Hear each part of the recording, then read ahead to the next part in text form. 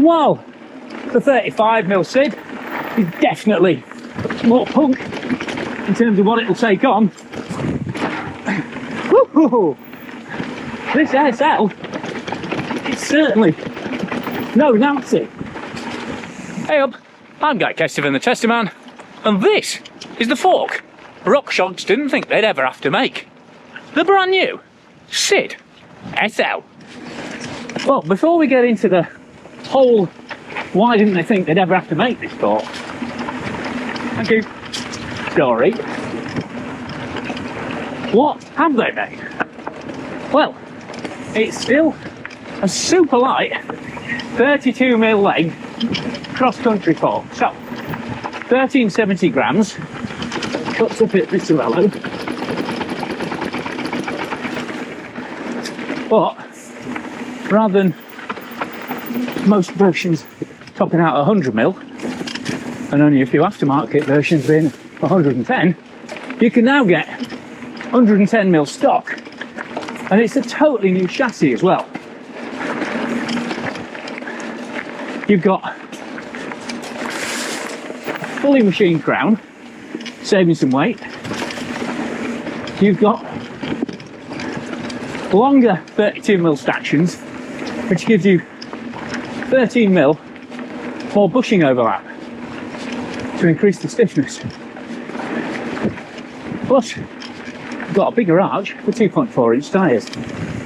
You've got slightly different dropouts in that RockShox have moved away from their torque cap oversized axle concept with these, just a straight slot with a normal hub end.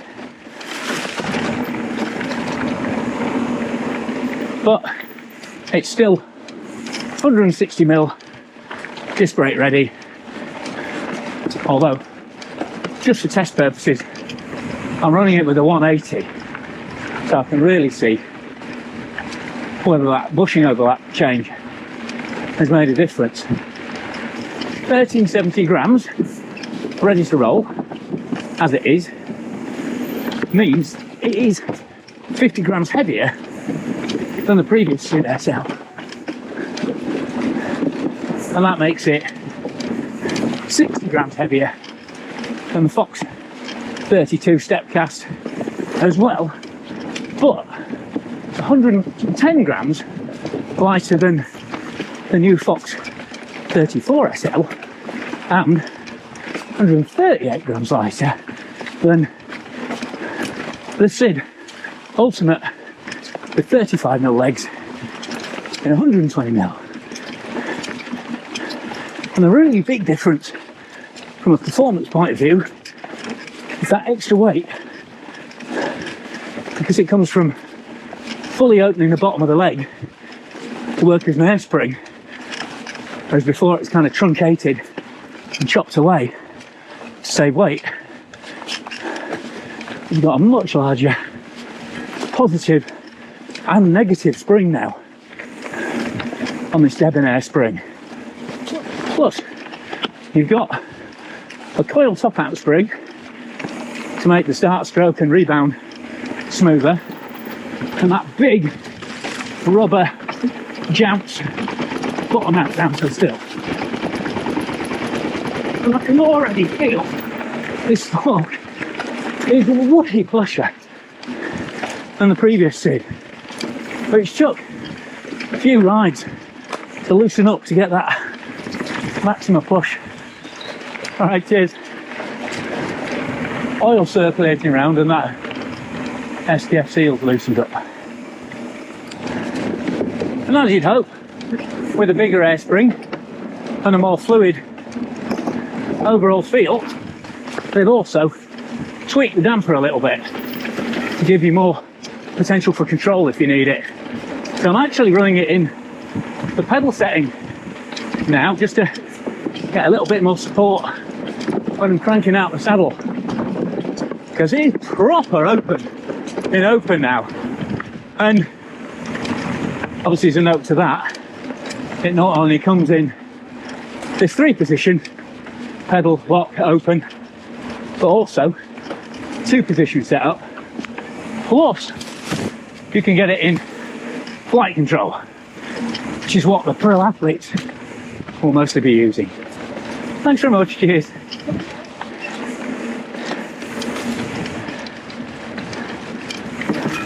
But even pedal, this is immaculately smooth fork. Got the big 2.4 dub missiles up front. Yes, there's a review of them coming soon. Yes, they are very good. Yes, quite a lot different to Race King. Whoa, just about to say much more gripped and controlled, and then slid the front tyre out on them. It's generally the way it goes, especially as I've not got knee pads on. Afternoon.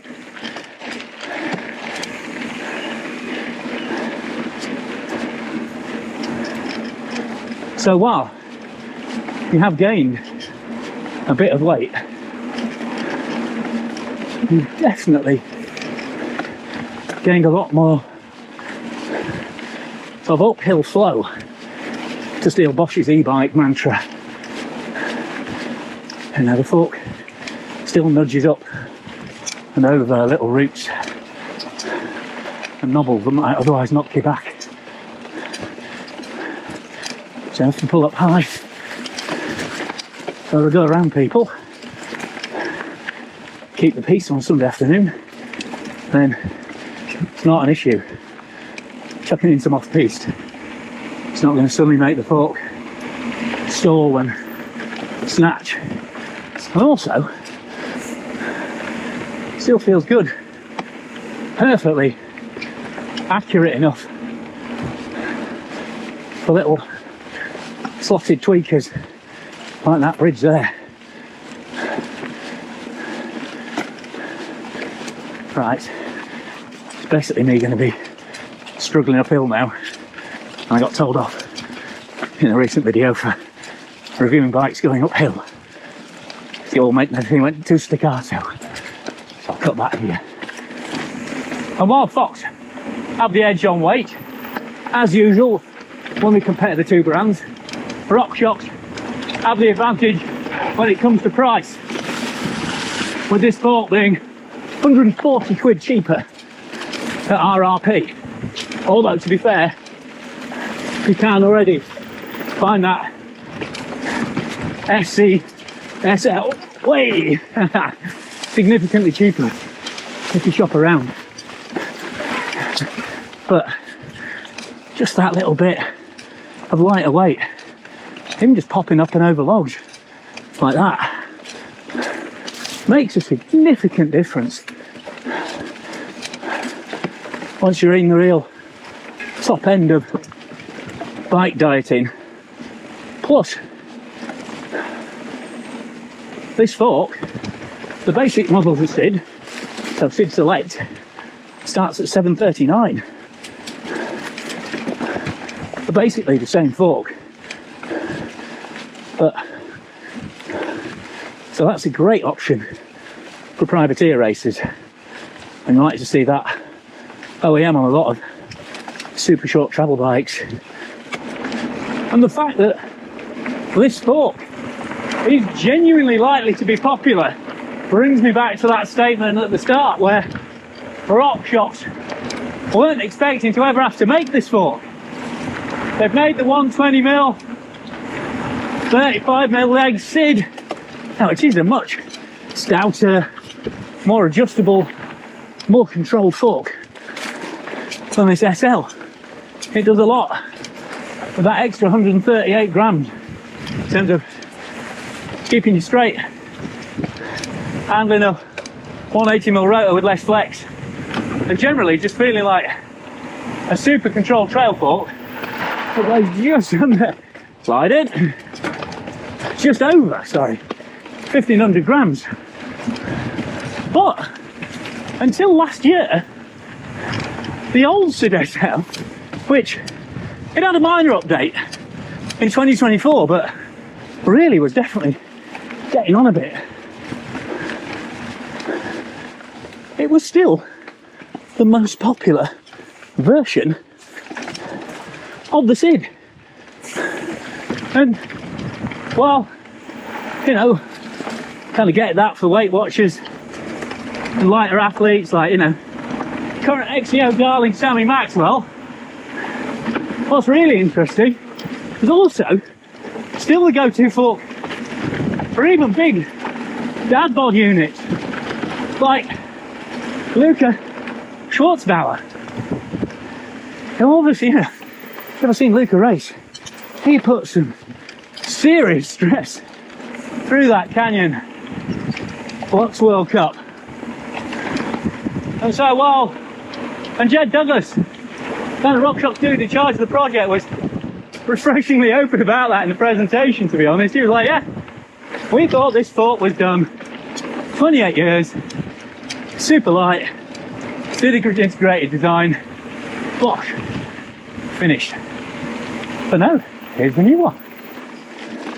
And as well as the pedal mode, which I seem to have called home for most of this ride, you've also got full lock for properly stiff sprinting out the saddle, and then all the way to open. And it's a really nice positive click as well. And that smoothness means that even when I'm taking deliberately chunky, rooty lines up here, it really holds forward momentum very well. And of course, that's not just translating to speed in a racing situation. If you watch someone like Nova Messi on the telly, it also just makes this SID SL a lot more comfortable and less fatiguing over longer rides. And with more and more people now sensibly using mountain bikes for exploring or extreme gravel, whatever you want to reinvent it as, it just makes a bunch of sense. Having the ability to set the fork up really comfortably and really smoothly, and while it doesn't come with any bottom out spacers installed, I've set it up on the recommended pressure.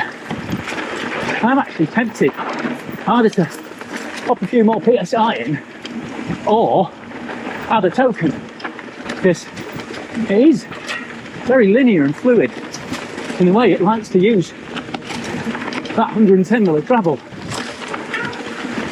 which of course will have implications for support through turns, or like I say, just split it into pedal, and that works really well on berms too. Thanks very much, cheers. It's just having that lockout lever kind of puts you in the mood to get out of the saddle, get the power down, relive past glories that you never even had, and keep on cranking. And while the 35mm SID is definitely more punk in terms of what it will take on, this SL is certainly no Nancy.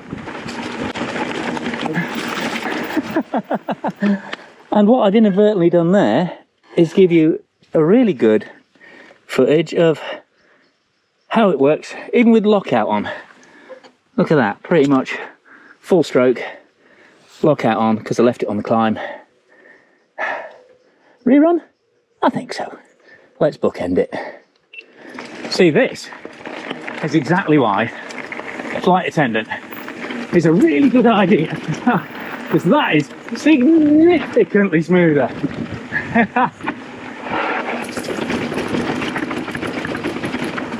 Yeah.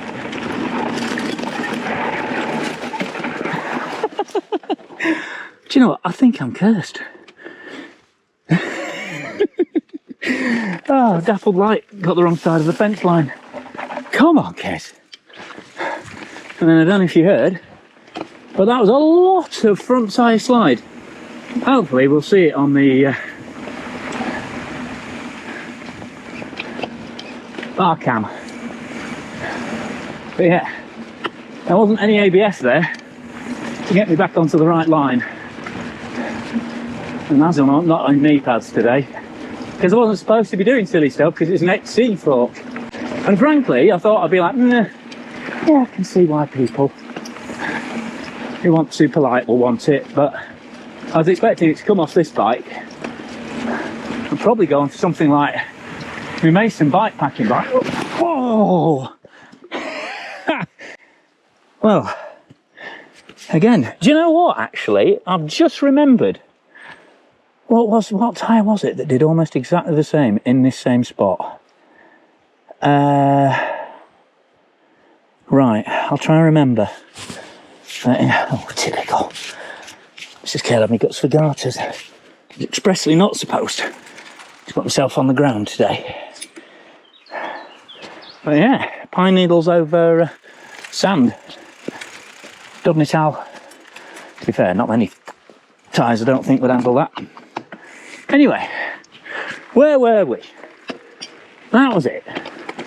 Bike packing, which right now seems a much more sensible and sociable way to spend the afternoon than suddenly being terrified that the tyres you're riding are going to put you on your arse again. But anyway, yeah, I mean, obviously, you have got a whole new user group. Oh God, there I go, I'm falling for the hype there. It's not a new user group at all. That's the whole point. They're people who've been doing exactly this, just going for a ride off-road, often for quite a long way, but just not making a fuss about it and just wanting light, reliable, comfortable equipment. Ever since, well, before mountain biking was a thing, that's how mountain biking started. So yeah, this fork is going to be super popular for those folks as well, although, to be honest, all the ones I know in that category, they'll just buy whatever they can find cheap. Right, now we've discovered the limits of traction, I need to find out whether that was fork or completely tyre related, so I'm going to do a bit of a swoop and turn and burn here. And there's definitely a degree of twist in those fork tips, as you'd expect, but I've had it between my knees, misses, and it's not that bad at all. So I think we can put the fact that my elbow now matches the fork down to, alright, down to the fact that the front tyre let go. Although obviously, you know, there will be an element where there is less feedback to work with, and I can feel there is, from doing that, there is a little bit of softness and vagueness, even with super rapid, low grip race tyre up front. But with 180, spit it out, Kes. With a 180mm rotor up front, I mean, alright, ultimate 4-pots aren't exactly the most pokey brake in the Anchor ecosystem, but, you know, it's tracking pretty straight and true. Although again, using a lot of travel, as you'll see from the ring in that side fork shot there. Oh. Be nice to do this little step drop up here and see if it does need a bit more. I mean, this is the first ride, literally. I plugged it in this morning, first ride. So, yeah, it's got a bit left. I think it's well into that Jamps bumper, as RockShox call it, so I think either a token or a bit more pressure for the next ride. But the big takeaway is just how smooth, how nicely this fork moves through the upper half of the travel. It's proper creamy Cadillac stuff. The old fork was pretty, that was Boy Racer Fiesta with hard springs in it, whereas this is a really smooth fork. But one real strength of this SID is how easy it is to set up. Yes, I think racers probably going to want a bit more pressure than RockShox recommend if they want a more efficient ride, or they could just what I've been doing and fetch in pedal most of the time. But the damper, I've got it slap bang in the middle. There's 13 clicks, I've got it in 7. Feels absolutely spot on in terms of rebound. And again, that just tends to be the way I find RockShox. They're a much more kind of proletariat, welcoming, forgiving, however you want to put it. You know, I'm always pretty happy running RockShox slap bang in the centre of their adjustment as a 70 kilo, not really that aggressive, well, I guess medium aggressive in cross-country terms, rider. Oh. Thanks very much indeed, cheers. Whereas Fox, I'm always kind of made to feel crappy because I have to run minimal damping in pretty much everything. Although, like I say, the new 34 SL, that's welcomed me into its damping range with open arms, which is a pleasant change. So it's not exclusively a Fox shutout. Anyway, this is about RockShox. So, any more SID idiosyncrasies you need to know about compared to the other forks in the RockShox range? Rebound is a removable 2.5mm Allen key on a little plunger. So once you have set up that rebound, you can actually pop that out and save a few grams if you want to. Just to keep weight down, it's a zip tie fender on this, which you get with the fork. Massive expense, woohoo, rather than a bolt-on fender like you get with SID 35 and Pike. So, kind of coming back to the end of the ride now. After an hour of riding, what's my initial takeaway? Well, if you're going to use a C word for cross-country fork, I'd say this SID is definitely all about comfort rather than control. If you want control, get the bigger SID. You know, that 138 grams makes a big difference, but as you can see, this is flowing down here. It's a staccato. Geology and root work there, handling it beautifully smooth. So if it's kind of traction and plushness you want and saving weight, then I'm really glad they've made this new SID SL. It's, while it might not be the lightest one ever, it's definitely the smoothest, most controlled, and therefore the fastest in most situations.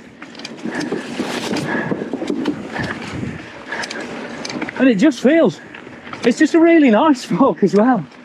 Certainly on a bike like this Cervelo, where it's a sub 2 kilo frame. So twanger back end is never going to be the stiffest thing. And that's where this fork really matches nicely in the way it sort of loads up through turns and higher G situations. All right, cheers. They really work well together. Whereas obviously something like my Trek Top Fuel will run better with the 120 SID in. And yes, that combo is coming. I know plenty of people have asked for it, and well, that's what I might do, is a head-to-head between this Cervelo with this SID in, and then top fuel with the 120 in. Try and level it off with the other components and do some head-to-head testing. See what that brings out. Let me know if you're keen for that in the comments, and I'll try and get the new 32 SC as well. Got 34 SL, which I think is a superb fork, but obviously it'd be nice to close the circle on Fox. I've only ridden the older one. For SID, I'd say if you run the same tyres front and back, and you only need a 160mm rotor and a lot of comfort, then at a low weight, then obviously go SID SL.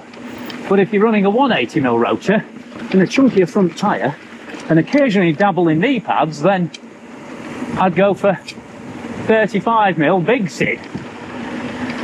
Oh, and let me know if you want like a range overview on Fox and then RockShox, sort of, you know, quick catch up on each fork and which one I think suits which riders best.